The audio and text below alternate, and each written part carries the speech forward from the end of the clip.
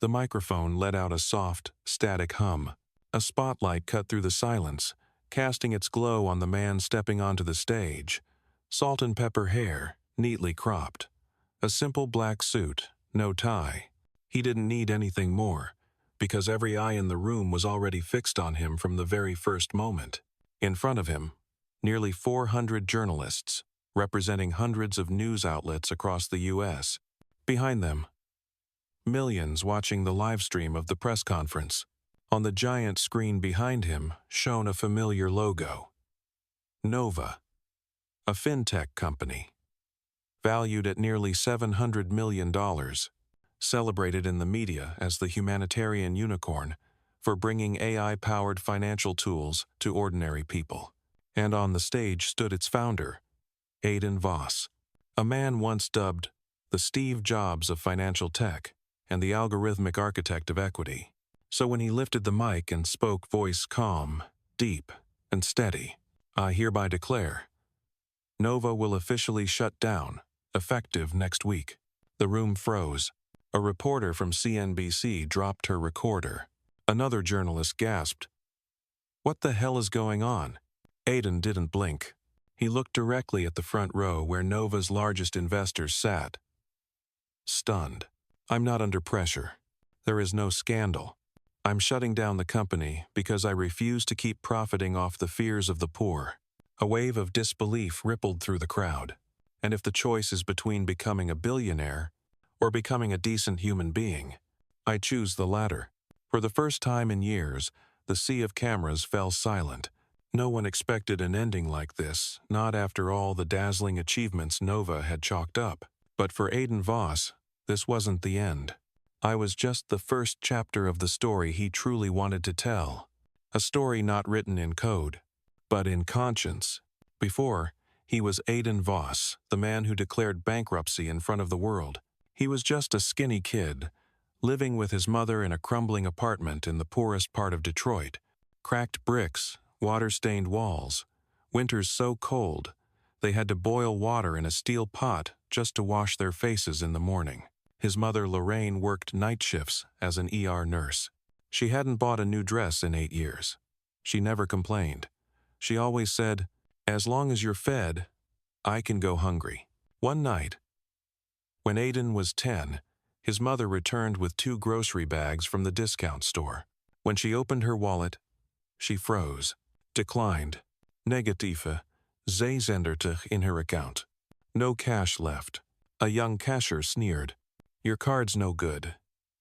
You still want anything else?" She looked down into the basket. Noodles, milk, and a small candy bar. Adin liked. Quietly, she removed the candy bar, then the milk, leaving only the 5-cent pack of noodles. Young Adin stood there. Heart heavy. No tears. No words. But something inside him caught fire. One day, Mom will never have to choose between noodles and milk again. That was the first time he thought seriously about money. Not out of greed, but because he saw how money could control dignity, humiliate good people, and that whoever controls it decides who gets to live with decency. Adin won a full-ride scholarship to MIT. He washed dishes at night in the dorm cafeteria, studied finance by day, and researched AI after dark. Why not choose another field? Because only AI plus finance was powerful enough to disrupt a system where the poor always paid more than the rich. He founded Nova at 28, in a borrowed garage behind a friend's house. His first goal wasn't to raise capital and rewrite the credit algorithm.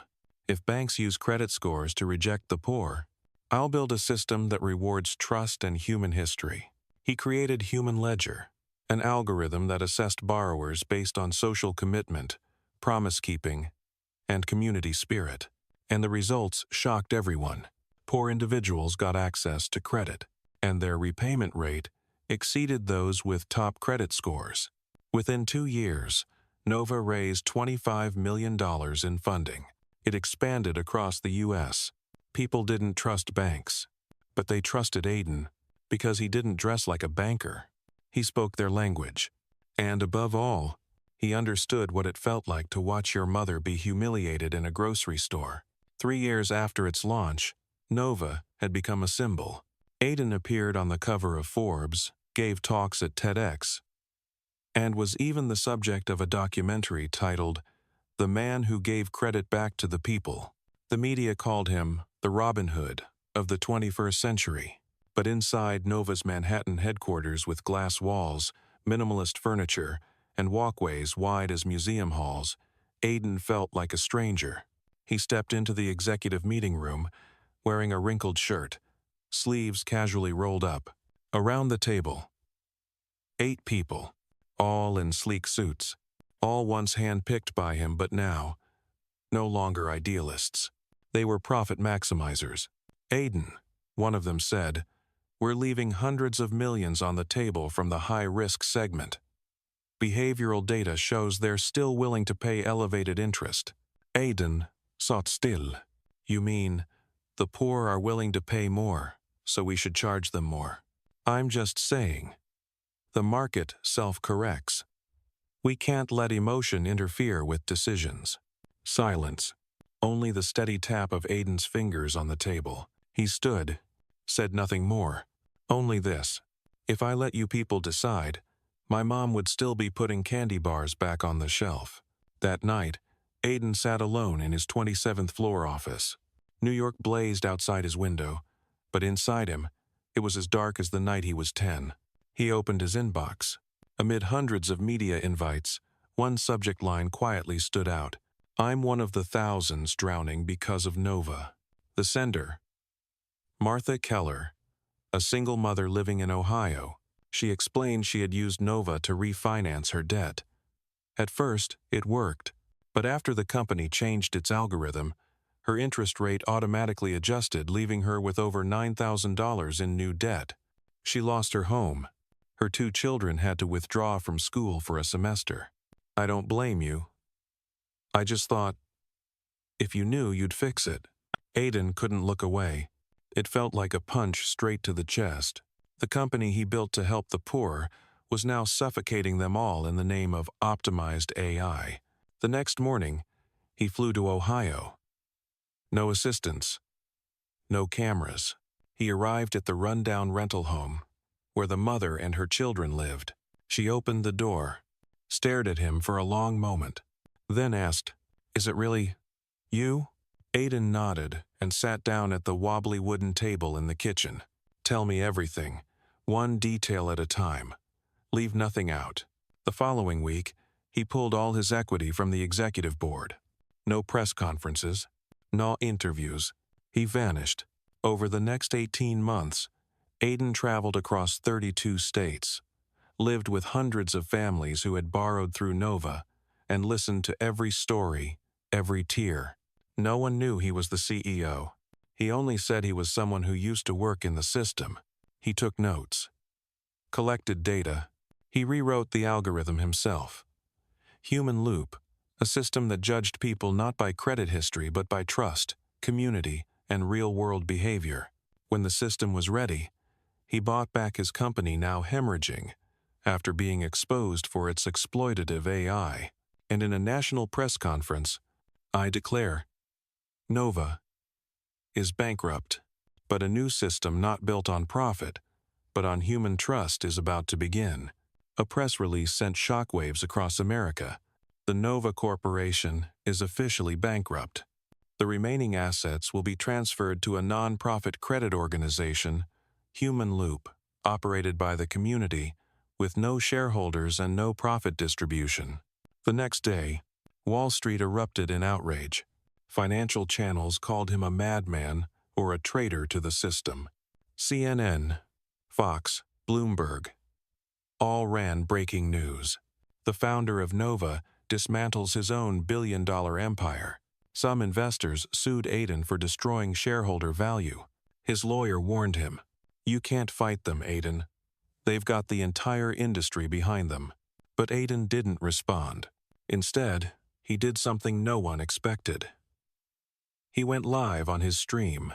No stage lighting, no fancy backdrop, just an empty room, one chair, and a man telling the truth. He told the story of a little boy watching his mother return a candy bar at the checkout line. He spoke about Martha, about homes filled with children's laughter, but no electricity, about how credit scores kill dreams before they're even born. I didn't go bankrupt because I failed. I went bankrupt because I refused to profit off people's despair. I'm not against investors. I just refuse a future where every act of humanity needs shareholder approval. Within 24 hours, the video reached 28 million views. Hashtag number human loop exploded. People everywhere began sharing their debt stories, those rejected, humiliated, or drained dry by the traditional financial system. An older man from Georgia wrote, "My daughter once cried because she couldn't borrow $200 to buy meds for her mom. If Human Loop had existed sooner, maybe I'd still be alive to hold my granddaughter." A teenager in Texas wrote, "First time I've seen a rich man tell the truth." The following week, dozens of independent finance experts, once critics of Aiden, publicly voiced support. Smaller fintech startups offered to integrate Human Loop's system. A community bank in Vermont declared, "We're ready to pilot this. Not for profit, just for transparency." Then came the tipping point. 4 states legalized nonprofit credit models, paving the way for millions to access funding without a traditional credit score. Some original investors who planned to sue Aiden withdrew their claims because they saw their children resharing Aiden's video with captions like, "Wish mom and dad believed in a future like this." 3 months after declaring bankruptcy, Aiden returned to the old neighborhood where his mother once lived. The apartment had been renovated, but he still recognized the smell of damp brick. He carried a small gift, a bronze statue depicting the moment his mother held a bag of noodles and put back the candy bar. At its base, the day everything changed. He placed it in the local library. That evening, Aiden sat in a small nearby park. A boy around 10 years old approached him. "Mister, are you the guy in that video? The one who talked about credit scores?" Aiden smiled. "Yes, my parents said because of you. We're about to get a new place to live." The boy paused. Then, he reached into his pocket and pulled out a small candy bar. "I'm not hungry, but I want you to have this." Aiden took it. His hands trembled slightly. He said nothing, because he didn't have to. If you've ever been underestimated, if you've ever chosen ethics over profit, if you still believe kindness can change the world, then remember sometimes, to fix the system, you have to be willing to break it. If this story touched something profound inside, you leave a comment.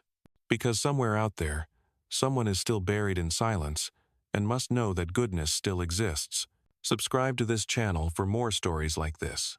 Not just stories about money, but stories about belief and about humanity.